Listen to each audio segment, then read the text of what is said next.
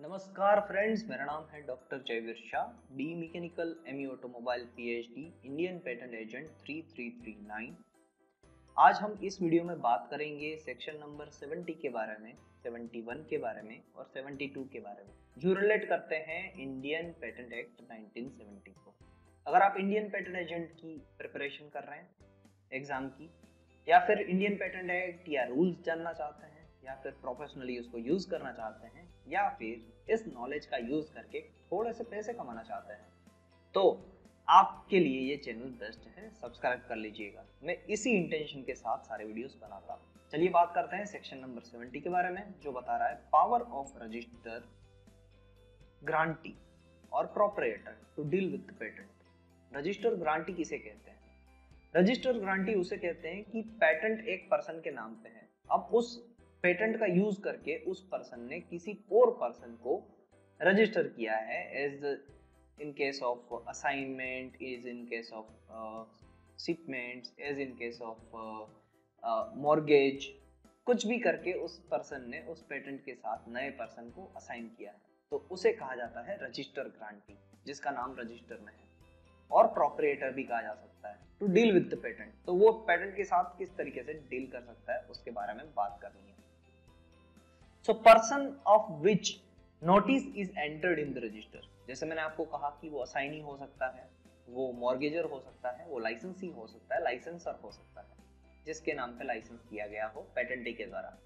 तो वो person which notice is entered in the register can the person or a person registered as a grantee or proprietor of a patent shall have power, उसके पास भी power है to assign, दूसरों को assign करने के लिए, grant, license under or otherwise deal with the patent and to give effectual receipt for any consideration for any such assignment, license or dealing।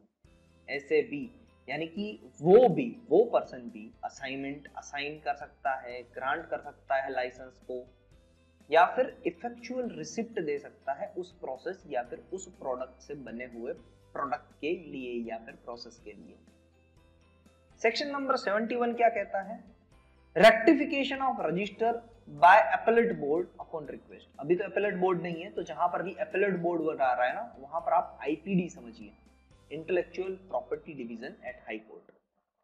तो absence और omission from the register of any entry, अगर ऐसे कोई person की entry को rectify करना है तो भी हो सकता है, मगर उसके लिए अपीलेट बोर्ड के सामने पेटेंटी को जाके बताना पड़ेगा कि भाई अब ये पर्सन के साथ मेरा डीलिंग नहीं चल रहा है। Any entry made in the register without sufficient cause, कोई अगर सफिशिएंट कॉज नहीं है, या फिर राइट्स या टर्म्स एंड कंडीशंस या ऑब्लिगेशंस आ गए हैं, तो उस केस में भी सफिशिएंट क्लोज नहीं है, तो उस केस में भी any entry can be remove. Any entry wrongly remain on the register, गलत तरीके से कोई एंट्री वहां पर रह गई है तो उसको भी निकाल सकते हैं। या एनी एरर और defect in any entry in the register, तो रजिस्टर में किसने पर्सन ने डाला है, रजिस्टर कंट्रोल होता है कंट्रोलर के द्वारा। अब कंट्रोलर से कोई गलती हुई है तो पेटेंटी कहां पर जाएगा? पहले जा रहा था आईपीएबी के पास, अपीलेट बोर्ड के पास, अब जाएगा आईपीडी के पास। सेक्शन नंबर 72 क्या कहता है? Register to be open for inspection, register open हो सकता है इंस्पेक्शन के लिए। Register during the office hours, और during the office hours open for inspection as per rule number 95। For any person, कोई भी person with prescribed fees, prima facie evidence के लिए उसको यूज भी किया जा सकता है। प्रिस्क्राइब्ड फीस है फर्स्ट शेड्यूल में, उसके हिसाब से कोई भी पर्सन ऑफिस आवर में जाके वो रजिस्टर ऑफ पेटेंट्स दे सकते हैं पर्टिकुलर।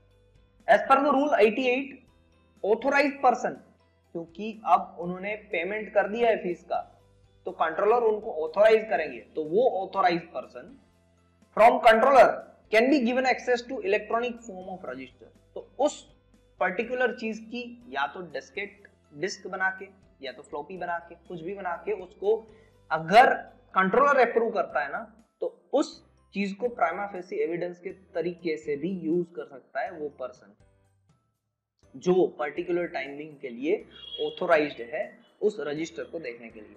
तो ये सारी डिटेल लिखी गई थी 70, 71 एंड 72 में।